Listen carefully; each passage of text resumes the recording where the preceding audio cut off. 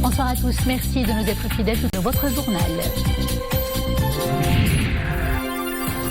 Pour la deuxième journée consécutive, nouveau record de rémission avec 517 nouveaux cas guéris enregistrés pendant les dernières 24 heures. 33 nouveaux cas de contamination sont aussi annoncés par le ministère de tutelle et malheureusement un seul cas de décès.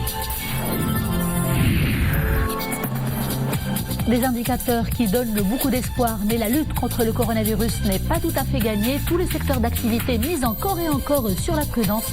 Nous le verrons avec celui de la pêche maritime. Dans le port d'Agadir, les marins réinvestissent leur lieu de travail, mais avant de mettre les voiles, l'incontournable test de dépistage. Le secteur agricole, autre secteur vital où la vigilance est partout palpable, et quelle que soit la filière, nous braquerons nos caméras sur les champs de culture de la pêche nectarine à Safro, histoire de vous faire vivre les coulisses de la cueillette en ces temps de pandémie.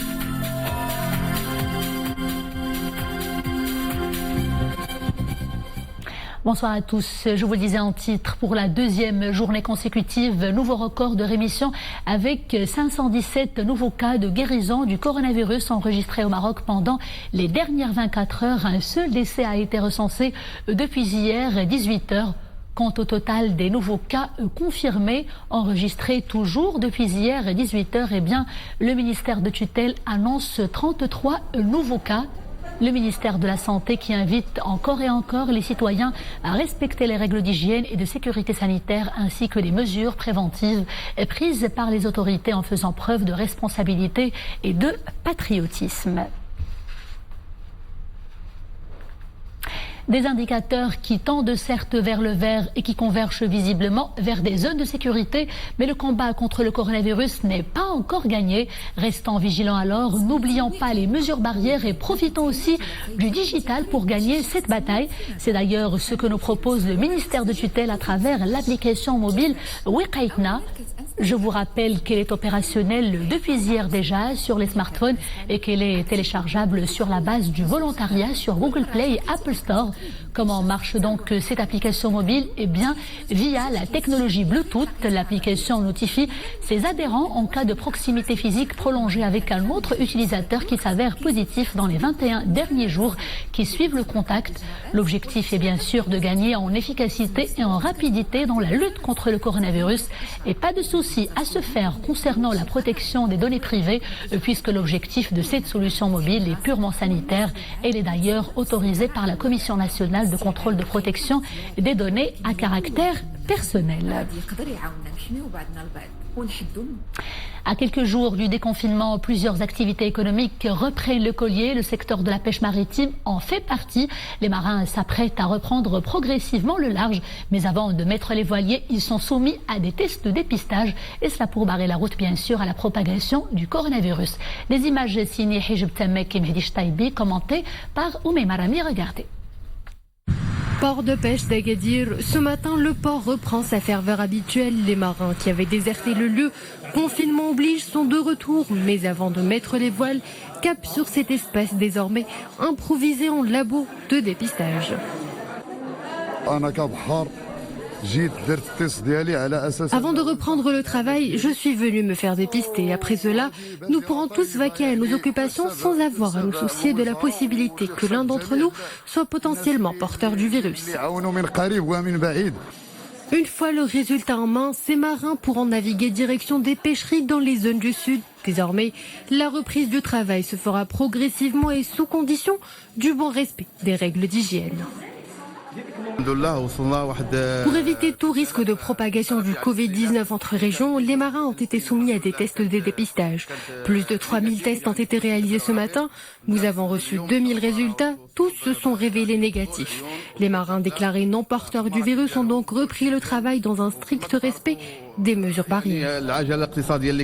Pour réussir cette opération, la direction régionale de la santé sous Messa a déployé pas mal de cadres de santé, que ce soit de la santé publique, que ce soit du CHU, pour réussir de cette, à savoir une cinquantaine, y compris les gens qui travaillent au niveau de laboratoire de la région, de l'hôpital régional de Souss-Messa.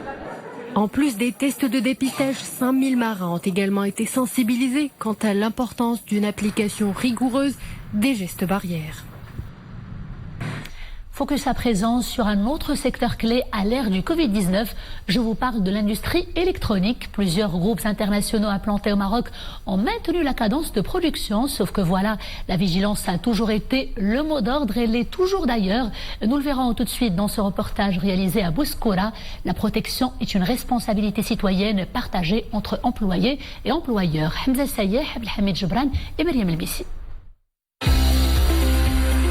C'est une nouvelle journée de travail qui commence pour ces employés. Dès leur entrée à l'usine, leur trajet est étroitement balisé.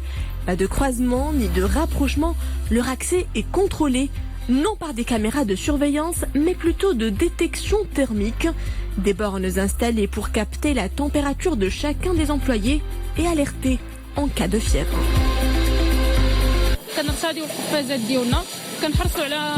Le trio gants, bavettes et combinaisons est désormais notre uniforme de travail. Nous le portons correctement avant d'accéder à l'usine. Sur place, l'activité ne démarre qu'après désinfection des machines et postes de travail.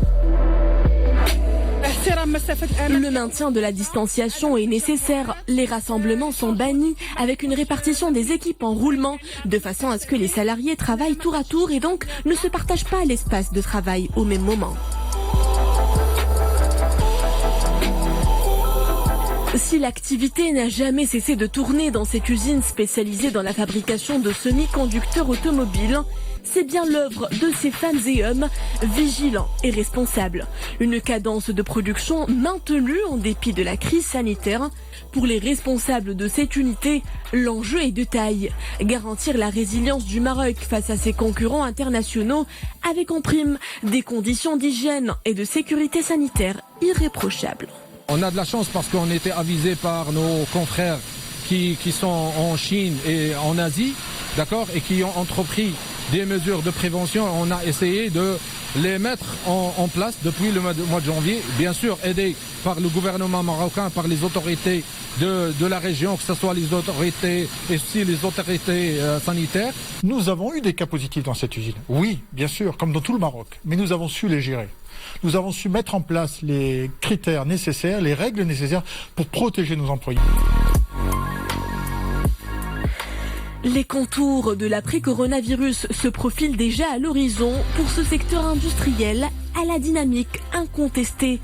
Déclencher le rebond et retrouver les performances du passé, cela doit être concilié avec le bien-être physique du personnel.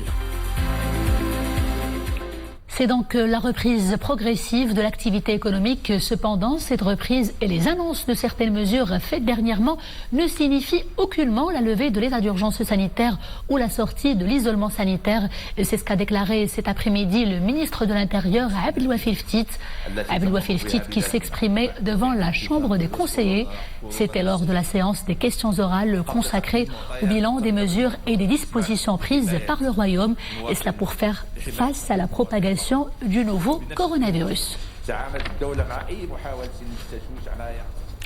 Pour obtenir le précieux sésame, nos bacheliers passeront cette année l'examen national dans des conditions assez particulières, des conditions liées au coronavirus. Et dans certaines académies régionales, les épreuves n'auront pas lieu comme d'habitude dans les traditionnelles salles de lycée, mais plutôt dans des centres sportifs ou encore culturels assez spacieux. Vous l'aurez compris, l'objectif est de respecter la distanciation physique. Armissat, par exemple, les préparatifs logistiques battent leur plein en ce moment. Samira Sben et Mounia Marouche. Pendant que les élèves révisent leurs cours, confinés chez eux, les responsables au niveau provincial de l'éducation nationale préparent à l'avance, coronavirus oblige, le dispositif et la logistique adaptés. Là, ils règlent les derniers détails d'adaptation de ce gymnase, converti en une immense salle d'examen qui abritera les épreuves du baccalauréat. Cette salle accueillera quelques 96 bacheliers de la ville de Khmisset. Quand vous voyez, l'organisation ici a été complètement repensée. Les tables sont individuelles et séparées d'au moins 1 mètre l'une de l'autre et les parcours sont signalés par des marquages au sol. Ces mesures vont permettre de respecter la distanciation physique et donc de protéger nos candidats contre les risques de contamination. Les candidats relevant des filières littéraires, des sciences humaines et de l'enseignement traditionnel passeront les épreuves les 3 et 4 juillet. Quant aux élèves des filières scientifiques, techniques et du baccalauréat professionnel, ils franchiront cette étape décisive de leur cursus scolaire du 6 au 8 juillet prochain. Nous avons mis à la disposition du ministère de l'Éducation nationale tous les espaces sportifs au niveau de la région, que ce soit ceux de la ville de Rabat, Sidi Slimane et d'autres. 2 gymnases sportifs ont été aménagés au niveau de la province d'Ormisset, celui-ci devant lequel nous nous retrouvons, et un autre situé dans la commune Ouelmès. Au niveau de la région Rabat, Salé, Kénitra, 15 espaces sportifs ont été mobilisés, mais également des amphithéâtres qui feront office de salles d'examen. Pour les salles de classe habituelles, chacune recevra 10 élèves au lieu de 20, soit une table sur 2. Et sachez que la chaîne El Oula de la Société nationale de radiodiffusion et de télévision SNRT diffusera à partir de demain un ensemble de cours et de ressources pédagogiques. Ce sera au profit des personnes en situation de handicap en partenariat avec le ministère de la Solidarité, du Développement social, de l'égalité et de la famille. Ces ressources pédagogiques seront diffusées 2 fois par jour à raison d'une séance en fin de matinée programmée à 11h45 et d'une seconde séance programmée le soir plus tôt à 18h15. Les ressources pédagogiques porteront sur des séances de rééducation physique, et cela pour les personnes atteintes de paralysie cérébrale, ainsi que des séances éducatives portant sur l'apprentissage de base dédiées aux enfants atteints de handicap mental. C'est un fruit sucré et juteux que l'on s'arrache pendant la saison estivale. Il est riche en antioxydants et en fibres également. Je vous parle de la pêche nectarine. En cette période de l'année, la cueillette bat son plein. Avec le Covid-19, cette opération, la cueillette, obéit à des mesures bien particulières. Voyons cela à Sfro avec Ahmed Fadeli et Boubkar Ben Ghabret. Le respect des règles d'hygiène et de distanciation, strictement appliquées dans les différentes exploitations agricoles dans la province de Sfro. Avant de commencer la journée, les quelques ouvrières et ouvriers agricoles, autorisés en cette période de Covid-19 à travailler, se plient aux mesures de protection.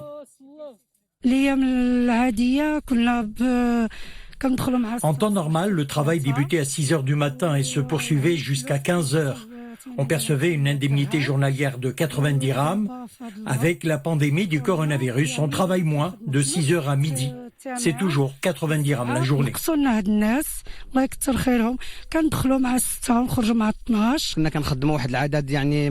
Avant le Covid-19, on embauchait entre 40 et 50 personnes pour la cueillette. Aujourd'hui, elles ne sont plus qu'une dizaine. C'est pour le respect des mesures de distanciation, notamment dans le transport. La filière des rosacées occupe dans la province de Sfro quelques 10 000 hectares. 900 hectares sont dédiés à la pêche et à la nectarine. Cette superficie nous a permis une production cette année de 14 000 tonnes avec une faible régression de 10% par rapport à la production pour la même période de l'année dernière. Le rendement moyen est de 14,5 tonnes par hectare. Le secteur de l'arboriculture bénéficie d'un fort soutien du plan Maroc Vert, avec l'introduction de nouvelles variétés et de nouvelles techniques de production. Pour avoir une bonne production, un bon calibre, des fruits sains, chaque agriculteur doit respecter un certain nombre de techniques, telles que la taille, l'utilisation des produits chimiques, l'utilisation des engrais, l'irrigation localisée, enfin le choix de la date de la récolte. Les pêches et les nectarines font partie des fruits vedettes en cette période de fin de printemps. Elles sont fortement appréciées pour leur goût, leur faible teneur calorique et leur effet rafraîchissant. La période de production s'étale de fin avril à octobre, suivant les régions. Quittant le Maroc et faisant à présent le point sur l'évolution de la pandémie du coronavirus à travers le monde, elle a jusqu'ici causé le décès d'environ 400 000 personnes dans 212 pays et territoires. Toujours à travers le monde, sachez que la pandémie a fait plus de 6 millions de cas confirmés. Environ la moitié a eu la chance d'être guérie. Après l'Europe, continent sévèrement touché qui commence à retrouver une vie normale, l'Amérique latine sombre dans le gouffre et semble devenir le nouvel épicentre de l'épidémie. Plus de 30 000 personnes ont péri rien qu'au Brésil pendant ces dernières semaines. Aux États-Unis, plus de 100 000 personnes ont perdu la vie à cause du coronavirus selon les dernières statistiques. Et restant aux États-Unis justement, où la crise sanitaire est aggravée par les clivages politiques et la flambée de violence, de vives violences entre les manifestants et les forces de l'ordre dans plus de 140 villes américaines, y compris la capitale Washington DC. La colère des protestants ne faiblit pas. Partout dans le pays, scandent Black Lives Matter et demandent que justice soit faite dans les plus brefs délais après l'arrestation fatale et la mort de George Floyd à Minneapolis. Après une nuit très agitée autour de la Maison-Blanche, le président américain est sorti de son silence. Il a menacé les manifestants de déployer l'armée, et cela pour, je cite, en finir avec les manifestations et ramener le calme au pays. Et quittant l'ambiance très tendue des rues américaines et parlant football à présent, sachez que vous le savez déjà, les championnats plutôt de football ont repris dans plusieurs pays, notamment des pays européens, mais les matchs se jouent à huis clos. Et bien pour calmer l'ardeur des supporters nostalgiques à l'ambiance volcanique et folle des gradins, les Danois ont eu une idée qui marche plutôt pas mal. Ils ont installé des écrans géants dans le parking de l'incontournable stade MCH Arena pour réagir à une belle action ou encore à un superbe but. Eh bien, les automobilistes n'ont qu'à klaxonner. L'ambiance est au rendez-vous. Elle est décrite tout de suite par Boubkar Ben Ghabret. Regardez. Embouteillage ou encombrement dans une gare de péage. Ce n'est ni l'un ni l'autre. Nous sommes sur le parking du stade MCH Arena dans la ville de Herning au Danemark. Le son assourdissant des klaxons de voitures annonce l'ouverture du score pour l'équipe visiteuse, le AC Ørsund qui affronte le FC Midtjylland. Cela s'appelle le drive-in, une idée assez originale mise en place par le club danois pour permettre aux supporters des deux équipes d'encourager leurs équipes respectives malgré la pandémie du Covid-19. C'est une excellente idée. On est au moins plongé dans l'ambiance des stades. C'est mieux que de suivre le match à la maison. Nous passons de bons moments. Il faut dire que l'ambiance est presque la même qu'à l'intérieur du stade. On est bien dans notre voiture. Très bonne expérience. On se retrouve entre amis. C'est mieux que de rester à la maison. Sur le parking, 2000 voitures, dans chacune d'entre elles, 5 supporters. Faites le calcul, 10 000 personnes, c'est la capacité du stade MCH Arena. Le drive-in a déclenché l'enthousiasme des supporters, mais également celle des acteurs sur le terrain. C'est vrai que l'on est habitué aux encouragements depuis les gradins, mais on fait avec, l'ambiance est très sympa. Cela nous a beaucoup motivés durant le match, de savoir que nos supporters ne nous ont pas abandonnés. Mais nous espérons un retour normal à la compétition. En plus des écrans géants placés tout autour de l'enceinte du stade, les supporters ont eu l'occasion de suivre le match sur un canal radio bien assis à l'intérieur de leur véhicule. Une idée assez originale, de quoi inspirer d'autres championnats en attendant le retour à la normale et surtout le retour de la magie des gradins. C'était le clap de fin de ce journal. Merci de l'avoir suivi. Je vous retrouve demain, toujours avec grand plaisir. D'ici là, portez-vous bien surtout.